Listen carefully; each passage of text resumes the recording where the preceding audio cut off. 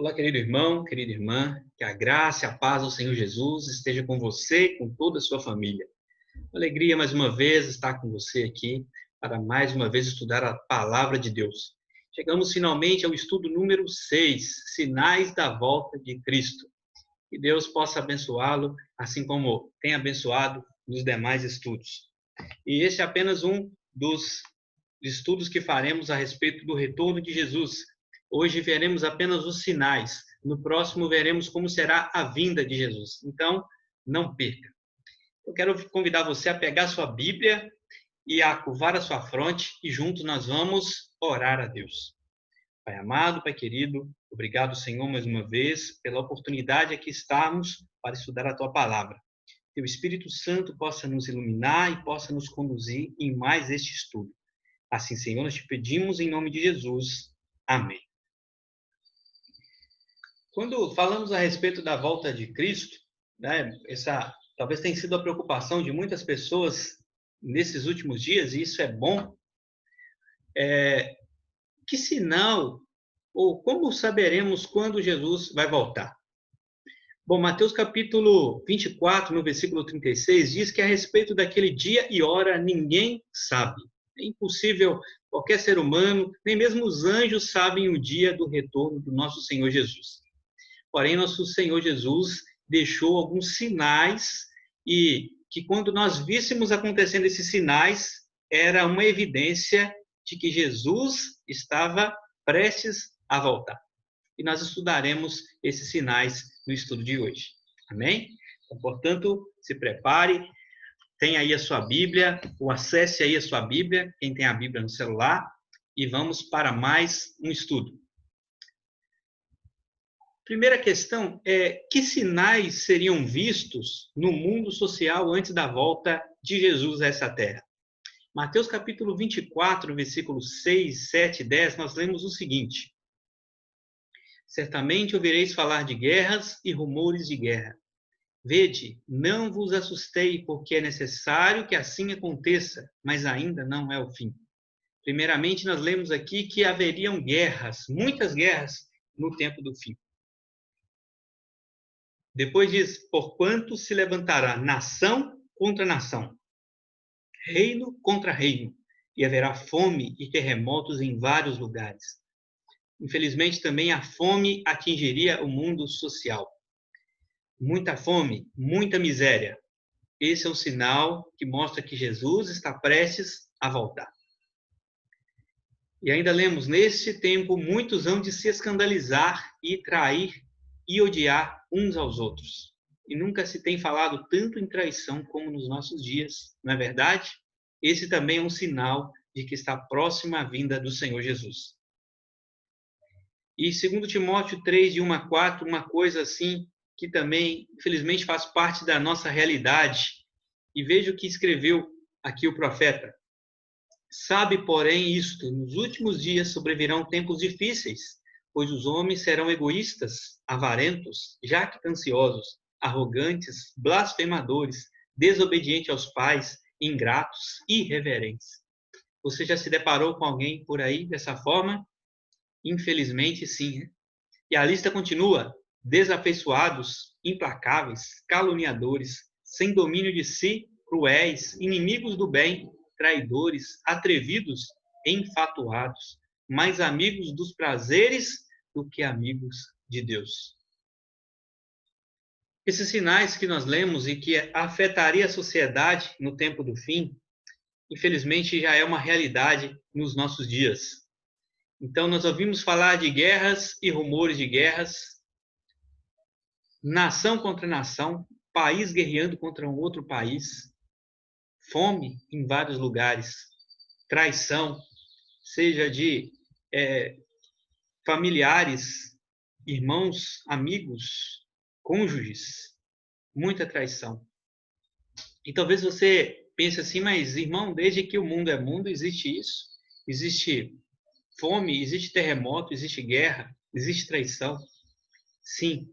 Porém, eu gostaria que você tivesse em mente o texto de 1 Tessalonicenses, capítulo 5, versículo 3. E ali, o apóstolo Paulo, inspirado por Deus, ele escreve que esses sinais, essas coisas seriam como dores de parto. E o que é dores de parto? Uma mulher que já deu à luz, ela sabe como que funciona. As dores vão se apertando e vão aumentando a intensidade à medida que se aproxima o momento do bebê nascer. E assim também seriam com relação aos sinais. Quanto mais se aproxima da volta de Jesus, mais aumentam os sinais. Tinham guerras, né? E tinham guerra durante toda a história e terremotos, sim, mas não na quantidade que existem hoje. Quando eu estudava aí no ensino fundamental, os professores diziam que dificilmente aconteceria um terremoto no Brasil devido ali ao do não encontro das placas tectônicas. Porém, hoje já é uma realidade, existem terremotos no Brasil. Então, tenha em mente que esses sinais eles iriam se intensificando quanto mais se aproximar da volta de Jesus. Que sinais veríamos no mundo natural, na natureza, e que mostram que Jesus está prestes a voltar? Mateus 24, 7 diz: porquanto se levantará nação contra nação e reino contra reino, e haverá fome, terremotos em vários lugares. Ou seja, na natureza nós veríamos a presença de terremotos. E logo em seguida a tribulação daqueles dias, o sol escurecerá, a lua não dará sua claridade, as estrelas cairão do firmamento e os poderes do céu serão abalados. Então, primeiramente, nós vemos aí no mundo natural os terremotos, os tsunamis, e também, a semelhança do que comentamos nos sinais anteriores, seriam como dores de parto. Nunca se viu tanto terremoto quando nós vemos em nossos dias, tanta destruição, tantas mortes, tanta tragédia. Quando nós vamos ali para o dia 19 de maio de 1780, na história ficou registrada como o dia escuro. Nunca houve um dia como aquele. O sol e a lua escureceram de uma tal maneira que pensaram que o mundo estava acabando. Isso é uma evidência de que nós estamos vivendo o tempo do fim. Queda de estrelas, dia 13 de novembro de 1833, houve uma queda de estrelas e meteoritos como nunca vista antes, e também naquele dia as pessoas chegaram a afirmar que Jesus estava voltando ou que o mundo estava acabando. É claro que não são estrelas, né, propriamente ditas, são meteoritos que, quando entram na atmosfera, entram em chamas. Por isso que, às vezes, quando nós vemos ali uma estrela cadente, como nós dizemos, né? Na verdade, não é uma estrela cadente, é um meteorito que entrou em contato com a atmosfera e entrou em chamas. Mas nós chamamos de estrelas. Porque se uma estrela de fato caísse aqui no nosso planeta, não sobraria nada. Existem estrelas infinitamente maiores que o nosso planeta Céu, o planeta Terra.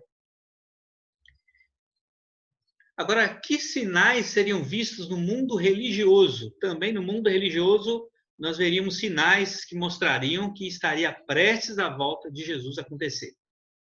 Mateus capítulo 24, no versículo 4 e 5, lemos: E lhes respondeu: vede que ninguém vos engane, porque virão muitos em meu nome, dizendo, eu sou o Cristo, e enganarão a muitos. Jesus disse para tomarmos cuidado, porque muitos viriam em seu nome dizendo que seria o Cristo, mas não é verdade. Estaria mentindo. Levantar-se-ão muitos falsos profetas e enganarão a muitos. Jesus disse que no final dos tempos existiriam falsos profetas para enganar as pessoas. E surgirão falsos cristos e falsos profetas operando grandes sinais e prodígios para enganar, se possível, os próprios eleitos.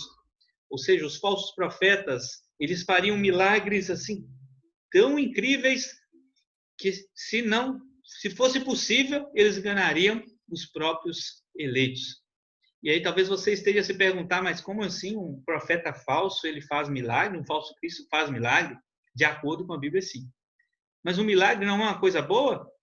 Sim. Mas imagine um homem que encontra uma criança na rua e ele dá ali um doce, uma bala. Criança gosta de bala.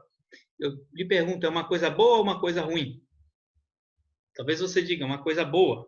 Mas eu lhe pergunto, e se esse homem estiver dando essa bala para essa criança com a intenção de ganhar a sua confiança e a sequestrar? É uma coisa boa ou uma coisa ruim? Sem dúvida, é uma coisa terrível.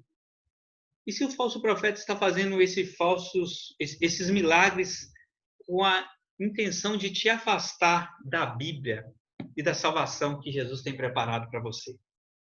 O milagre é uma coisa boa ou uma coisa ruim nesse caso? Com certeza, uma coisa ruim. Então, nós devemos tomar cuidado. Não apenas tomarmos nossas decisões baseado nos milagres que estamos vendo, mas baseado naquilo que está sendo ensinado, se está ou não de acordo com a Bíblia. Então, haverá falsos cristos e falsos profetas, e o engano será em milagres, em sinais e prodígios. E o pecado, a iniquidade será multiplicada. E de acordo com 1 João 3,4, pecado é a transgressão da lei de Deus. Tudo aquilo que fazemos e que está contrário à vontade de Deus é pecado. E qual é a motivação dos profetas falsos ao pregarem a Bíblia? De acordo com 2 Pedro, capítulo 2, versículo de 1 a 3, você pode ler aí na sua Bíblia, eles seriam movidos por avarezas, por interesse financeiro, e não porque ele ama você e te quer salvar. Essa é a motivação do falso profeta. Então, qual é a motivação dele? Amor ao próximo, avareza ou amor a Deus? Infelizmente, aí é a avareza. E o que atrai as pessoas a esses falsos líderes? De acordo com Mateus 7, versículo 21 a 23, nós lemos assim que nem todo que diz Senhor, Senhor entrará no reino dos céus, mas só aquele que faz a vontade de Deus. E os falsos profetas, eles fazem a vontade, às vezes, para agradar as pessoas, a vontade das pessoas, e através da amizade, às vezes você vai à igreja, você frequenta ali uma reunião desse líder religioso, mas não por causa daquilo que ele ensina. Então, através da amizade, um falso profeta ele pode atrair você. Também através da doutrina sem base bíblica. Alguma coisa que a Bíblia não está dizendo. Por exemplo, aceita Jesus e todos os seus problemas acabaram. Você não vai mais ter problema financeiro, não vai ter mais problema de doença, de nada. E isso não é uma doutrina com base bíblica. Jesus nunca disse isso. Pelo contrário, ele disse, no mundo tereis aflições, mas tem de bom ânimo, eu venci o mundo. E em Mateus capítulo 28, ali, versículo 18 a 20, ele diz, eis que estou convosco todos os dias até a consumação do século. E ainda o salmista Davi, no Salmos 23, ele diz, ainda que eu passe pelo vale da sombra da morte, não temerei mal nenhum, porque Deus está comigo.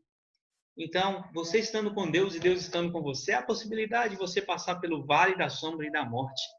Mas a diferença é que Deus está com você e no final vai dar tudo certo. Amém?